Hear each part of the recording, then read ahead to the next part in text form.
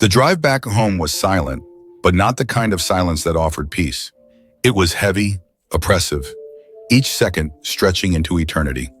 The hum of the engine was the only sound as Adamu drove slowly, his hands gripping the steering wheel with an iron force. Kemi sat in the passenger seat, staring out of the window. Her face was pale, her tear-streaked cheeks glistening under the dim streetlights. She hadn't looked at Adamu once since they left the hospital. The weight of her words haunted him. "You killed her." Adamu's gaze flickered to the rearview mirror. Zainab's toys still lay scattered across the back seat. A small stuffed giraffe, her favorite pink blanket crumpled in the corner. He felt a lump rise in his throat, but he swallowed it down. When they pulled into the driveway, the house loomed before them like a ghost of its former self. It had once been a place filled with warmth, laughter, and life. Now it felt like a tomb. Adamu turned off the engine, but neither of them moved. Kemi sat rigid, her hands clutching her lap as if trying to hold herself together. Adamu finally broke the silence. "Kemi." His voice was hoarse, barely audible. She didn't respond. I don't know what to say," he stammered, his throat tight. "I didn't mean for this to happen. I didn't—" Kemi turned to him sharply, her eyes blazing with fury. "You didn't mean to? Adamu, you were reckless. You were driving like a madman, and you didn't even strap her in. What did you think would happen?" Her words cut through him like a blade, each one deeper than the last. Adamu opened his mouth to argue, but the guilt weighed too heavily on him. "I was angry," he admitted, his voice trembling. "I wasn't thinking. That's exactly the problem," Kemi shouted, her voice cracking. "You weren't thinking. You were so caught up in your pride, your anger, that you didn't care about anything else. And now our daughter is gone." Adamu's chest tightened as her words echoed in his mind. He wanted to defend himself, to explain, but what could he say? She was right. Kemi's voice softened, but the pain in it was sharper than ever. "Do you even understand what you've done? Do you? You killed her, Adamu. She's gone because of you." Adamu's knees felt weak. He leaned back against the car door, his hands trembling. "I know," he whispered, his voice breaking. "I know it's my fault. I'll never forgive myself for this. Never." Kemi's lips quivered, but her eyes remained hard. "Good," she said coldly, "because I'll never forgive you either." The house was dark when they stepped inside. Adamu lingered by the door, his gaze falling on Zainab's tiny shoes by the entrance. He remembered how she'd laugh and kick them off, always running barefoot into the house. Kemi walked past him without a word, heading straight to Zainab's room. Adamu followed hesitantly, unsure if she even wanted him there. He found her sitting on the edge of Zainab's bed, clutching her daughter's pink blanket to her chest. Her shoulders shook as silent sobs racked her body. Adamu stepped closer, his heart breaking at the sight of her. "Kemi." She shook her head, cutting him off. "Don't," she whispered, her voice thick with tears. "I can't do this. I can't stay here. Everywhere I look, I see her. I hear her. I can't breathe, Adamu." Adamu froze, his chest tightening. "What are you saying?" "I need to leave," she said, her voice trembling. "I can't be here. Not with you. Not like this." Adamu felt as though the ground had been ripped out from beneath him. "Kemi, please, don't do this. We need each other. We can get through this together." Kemi finally turned to face him, her eyes red and swollen, but filled with a quiet determination. "Do you really believe that? Because all I see when I look at you is the man who took my daughter away." Her words hit him like a physical blow. He staggered back, his breath catching in his throat. "I didn't mean to." "But you did," Kemi shouted, her voice breaking. "You did, Adamu, and I can't look at you without thinking about it." Adamu sank to his knees, his head in his hands. "Kemi, please, don't go. I'll do anything. I'll fix this." "You can't fix this," Kemi said softly, her tone devoid of the anger that had been there moments before. "Zainab is gone, and I don't know if I can ever forgive you for that." She stood, clutching the blanket tightly as she walked toward the door. Adamu remained on the floor, unable to move, unable to speak.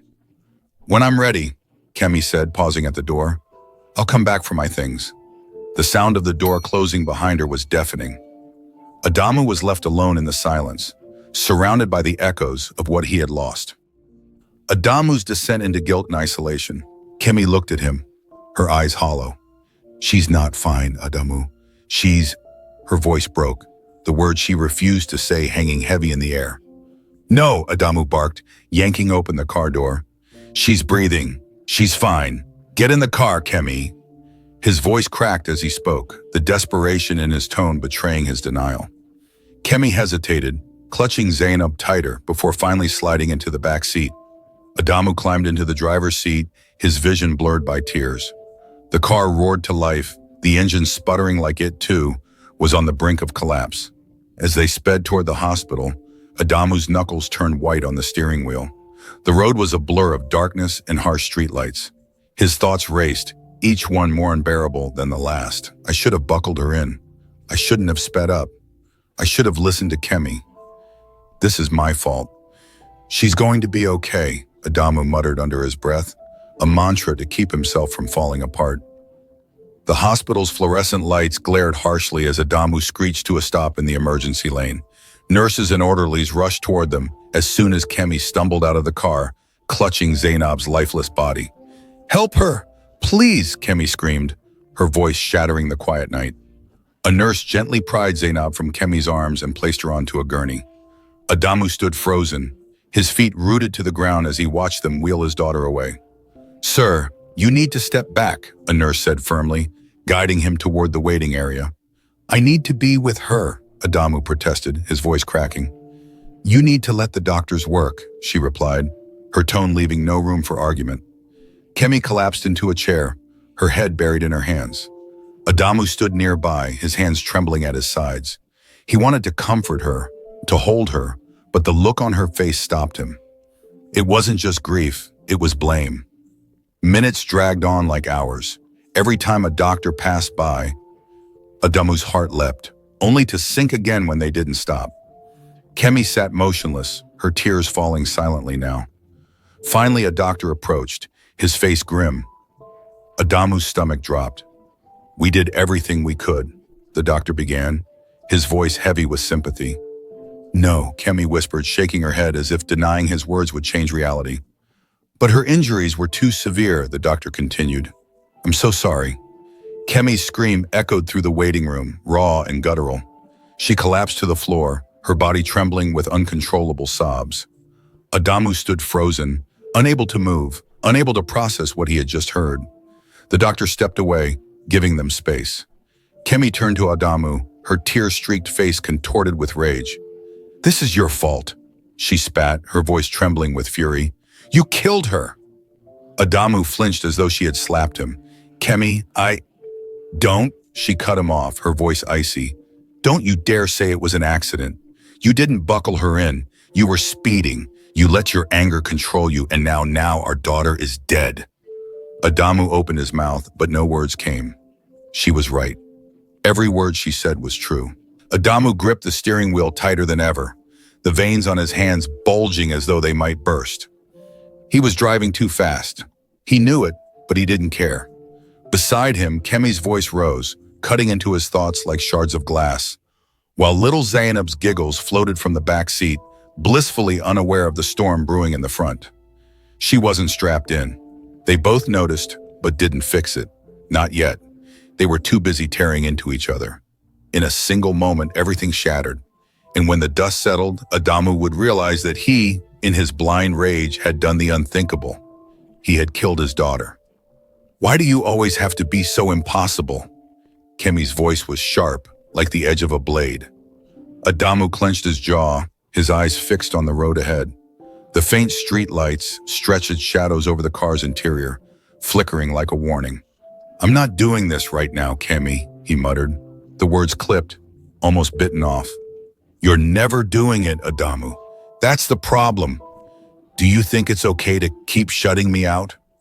Adamu's grip on the wheel tightened, his knuckles pale against the dark leather. He could feel the heat rising in his chest, each word from her striking a match in the pit of his frustration. From the back seat came a tiny, cheerful voice, breaking through the storm. "Mama, sing my song again." Zainab's voice was soft, musical, and blissfully detached from the tension threatening to suffocate the car. Adamu's jaw tightened. He glanced into the rearview mirror for a split second, seeing Zainab's bright eyes and innocent smile, her small hands clutching her favorite toy. But she wasn't strapped in. "You didn't buckle her in, Kemi," Adamu said suddenly, his tone cold. Kemi's face twisted in disbelief.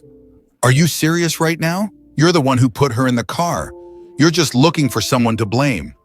"I wouldn't have to if you'd stop nagging me for once." Adamu's voice rose, and his foot pressed harder on the accelerator, the car surging forward. The argument drowned out the hum of the tires on the road, the quiet rhythm of Zainab's giggles turning into background noise. Outside, the world blurred, trees, streetlights, and the occasional headlights from distant cars. "Adamu, slow down!" Kemi's voice carried a new edge now, panic creeping in. "I've got it under control," Adamu snapped, refusing to look at her. But he didn't. Out of nowhere, blinding headlights appeared ahead, far too close. "Kemi, hold on!" Adamu shouted, yanking the wheel violently to the side. The tires screeched in protest, the car skidding sideways as if the world itself had tilted off balance. The impact was deafening. Metal crunched like paper. Glass exploded into 1,000 tiny shards, catching the dim light in chaotic flashes. The airbag hit Adamu with the force of a sledgehammer, leaving him dazed and gasping. For a moment, there was nothing. No sound, no movement, just the eerie stillness that follows disaster. Then Kemi screamed, "Zainab!" Adamu's heart dropped. He twisted in his seat, his mind racing as his eyes locked on the back seat. Zainab wasn't there. Instead, her tiny body was crumpled between the front seats, motionless. "Kemi, don't move her," Adamu stammered, his voice trembling. But Kemi was already reaching for their daughter, pulling her limp form into her arms. Blood streaked Zainab's delicate face, her chest rising and falling so faintly it was barely noticeable. She's not waking up," Kemi sobbed, clutching Zainab tighter. Her voice broke, each word more desperate than the last. "Adamu, she's not. Do something." Adamu's hands fumbled with his seatbelt, his vision blurring as panic consumed him. He stumbled out of the car, his knees buckling as he yanked open the back door. The tragic memories kept on hunting Adamu after Kemi had left him alone in the house. Days blurred into nights, and nights into days. The house that once overflowed with life now felt like a hollow shell, echoing with memories too painful to bear. Adamu wandered through the rooms aimlessly, each corner a reminder of Zainab. Her laughter no longer rang through the hallways, but it lingered in his mind, taunting him with what he had lost. Zainab's pink blanket still lay on her bed, untouched since Kemi left. Her toys were scattered across the living room floor, frozen in the chaos she had left behind. Adamu couldn't bring himself to clean them up. It felt like erasing her. Each night he sat on the couch, staring at nothing, the silence pressing down on him like a weight. He hadn't slept since the accident, not really. Every time he closed his eyes, he was back in the car, hearing the screech of tires, the crunch of metal, and Kemi's piercing scream. He tried calling Kemi several times, but her number always went to voicemail. His messages became more desperate with each passing day. "Kemi, please. I know I've ruined everything, but I can't do this without you. I'm sorry. I'm so sorry." She never responded. Adamu began avoiding the outside world altogether. The thought of facing his neighbors, of seeing their pitying or judgmental eyes, was unbearable. He couldn't stand the idea of people whispering about him, about the man who had killed his own daughter. Weeks passed, though Adamu had lost track of time. The only marker of its passage was the growing emptiness in the fridge and the increasing layers of dust on the furniture. One late afternoon, as the sun dipped low in the sky, casting a golden hue over the front yard, Adamu heard footsteps approaching the house. His heart leapt to his throat. He opened the door before the knock came. Kemi stood there, her figure illuminated by the warm light. She looked thinner, her face drawn and weary, but there was something in her eyes, a glimmer of softness that hadn't been there the last time they spoke. "Kemi," Adamu breathed, his voice hoarse. She didn't say anything at first, her gaze sweeping over him. He looked as broken as she felt, his face pale, his frame thinner, his eyes red from lack of sleep. "I needed time," she said finally, her voice quiet. Adamu swallowed hard, his throat dry. "I understand," he said, though the words felt insufficient. Kemi stepped inside, her eyes briefly flicking to Zainab's toys, still scattered across the floor. A sharp pang shot through her chest, but she pushed it down. They sat in the living room, the air between them heavy with unspoken words. "I spent weeks blaming you," Kemi began, her hands clenched in her lap. "Blaming myself, blaming everything. But none of it brought me peace. None of it brought Zainab back." Adamu's chest tightened at the mention of his daughter's name, but he stayed silent, letting Kemi speak. "I thought leaving would make it easier," she continued, her voice trembling. "But it didn't. Everywhere I went, I carried the pain with me. And I realized running away doesn't make it go away." Tears welled up in Adamu's eyes. "Kemi, I'm so sorry for everything. I should have listened. I should have been more careful. His voice broke, and he buried his face in his hands. Kemi reached out, her hand resting on his arm. It was the first time she had touched him since the accident. "I'm not saying I've forgiven you," she said softly. "I don't know if I ever can, but I know we can't keep living like this. Apart, broken. Zainab wouldn't want that." Adamu looked up at her, his eyes pleading. "I'll do anything, Kemi. I'll spend the rest of my life trying to make this right." Kemi's lips quivered as she fought back tears. "We'll never be able to make it right, but maybe we can find a way to keep going, together." In the weeks that followed, Adamu and Kemi began the slow, painful process of rebuilding their lives. It wasn't easy. Some days were unbearable, the weight of their loss too heavy to carry. But they faced it together, one step at a time. They started going to therapy, first separately, then together. In the quiet of the therapist's office, they spoke truths they had kept buried about their guilt, their anger, and their love for Zainab. Kemi moved back into the house, though it no longer felt like the home it once was. Together, they packed away Zainab's things, not to forget her, but to honor her memory without letting it consume them. Her pink blanket, her favorite toys, her tiny shoes, they became sacred reminders of the life they had shared with her. Adamu began volunteering at a local child safety program, sharing his story with other parents. It was excruciating, standing in front of strangers and admitting his failures, but it was also healing. Each time he spoke, he felt a small piece of the weight lift from his chest, and his hopes of moving on from those memories were beginning to shape accordingly, but it wasn't easy for neither of them. Here's a practical, research-backed tips to help you create a secure and comfortable environment for your children every time you hit the road. Let's dive in one. Choose the right car seat for your child. Every child deserves a car seat that fits their age, size, and developmental stage. Start by selecting an appropriate seat. Rear-facing car seats for infants, transitioning to forward-facing seats, and finally booster seats as they grow. Always refer to the manufacturer's instructions and check for recalls or safety updates. Proper installation is key, so consider having your car seat inspected by a certified technician to ensure it's securely in place. 2. Always buckle up correctly. It might seem obvious, but ensuring that every passenger, especially children, is buckled up correctly can make all the difference in an emergency. Adjust the seatbelt so that it fits snugly across your child's shoulder and lap. Teach your children about the importance of wearing their seatbelts every time they ride in the car. Reinforce this habit by setting a strong example. Always buckle up, regardless of how short the trip. Position matters. Optimal seating for safety. The back seat is statistically the safest place for children under 13 years old. Positioning your child in the middle of the back seat, when possible, minimizes the risk of injury from side impacts. As your children grow and mature, make sure they continue to sit in the back until they're old enough and tall enough to sit safely in the front. 4. Keep distractions to a minimum. While driving, distractions can be dangerous. Keep your focus on the road and avoid multitasking. Set a positive example by putting away your phone and other distractions, and ensure that any in-car entertainment is age-appropriate and used in moderation. A calm, focused driver sets the standard for safety for the entire family. 5. Educate your children about road safety. Knowledge is power. Take the time to explain to your children why these rules exist. Simple lessons on what to do in emergencies, the importance of remaining seated, and understanding the dangers of distraction can instill lifelong habits.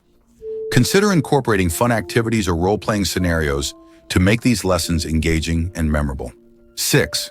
Regular maintenance and safety checks. A well-maintained vehicle is a safer vehicle. Regularly inspect your car's safety features, such as seatbelts, airbags, and brakes. Schedule routine maintenance checks to catch any potential issues before they become hazards. Your commitment to vehicle upkeep reflects your overall commitment to your family's safety. 7. Stay informed and updated. Car safety technology and guidelines are constantly evolving. Stay informed by following reputable sources, attending safety seminars, or consulting with experts.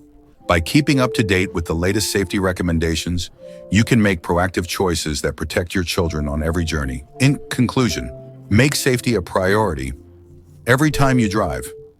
Creating a safe driving environment is an ongoing commitment that requires attention, education, and proactive measures.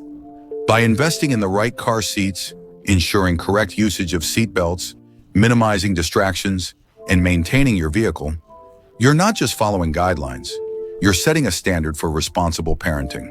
Remember, every journey is an opportunity to practice safety. We encourage all parents to adapt these practices to ensure that your children always travel in the safest possible environment. Together, let's make child safety a priority and lead by example for future generations. Thank you for watching. If you found these tips helpful, please like, subscribe, and share this video with fellow parents. Stay safe and happy driving.